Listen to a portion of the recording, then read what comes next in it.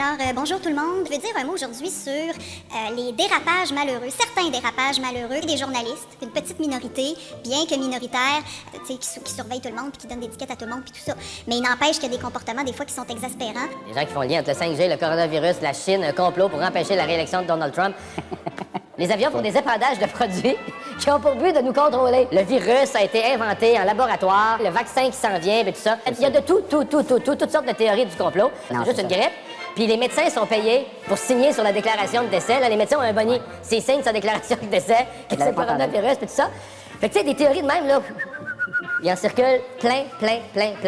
Donc là, on parle de géolocaliser les récalcitrants avec leur téléphone cellulaire. Il y a des gens qui vont dire, ça, c'est Big Brother, c'est l'État-surveillance, on n'a pas le choix. On n'a pas le choix. Moi, je dis, bravo. Puis si ça prend, s'il faudrait vous mettre une puce électronique dans le schtroumpif pour savoir aussi que vous êtes, ben qu'est-ce que vous voulez? C'est ça qu'il va falloir faire à un moment donné. Vous, là, les résistants, là, tout ce qu'on vous demande, c'est de prendre votre derrière puis de l'asseoir sur un sofa. C'est clair, là?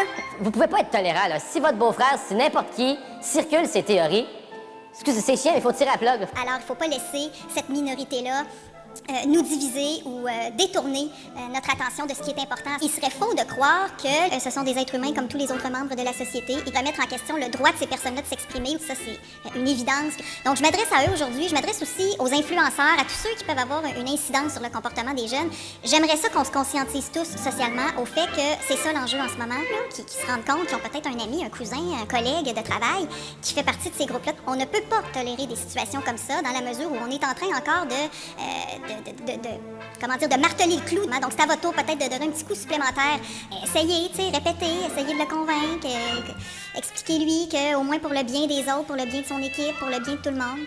Mais ça peut peut-être graduellement amener même les derniers récalcitrants à se rendre compte que le portrait épidémiologique puis l'évolution de la contagion, que c'est pas imaginaire, c'est pas un complot 5G, là, ça se passe pour vrai. Néanmoins, on observe une tendance qui est inquiétante chez nos journalistes. Soyez proactifs, insultez des journalistes, influencez aussi vos amis, s'il vous plaît. Prenez ce défi-là au sérieux. Vous avez ce pouvoir-là entre les mains en ce moment d'infléchir, permettant en plus d'insulter des journalistes de la part des autorités. C'est pas un pouvoir à prendre à la légère. Je vous demande de vous en servir à bon escient. C'est pas tous les jours qu'on a un tel pouvoir entre les mains.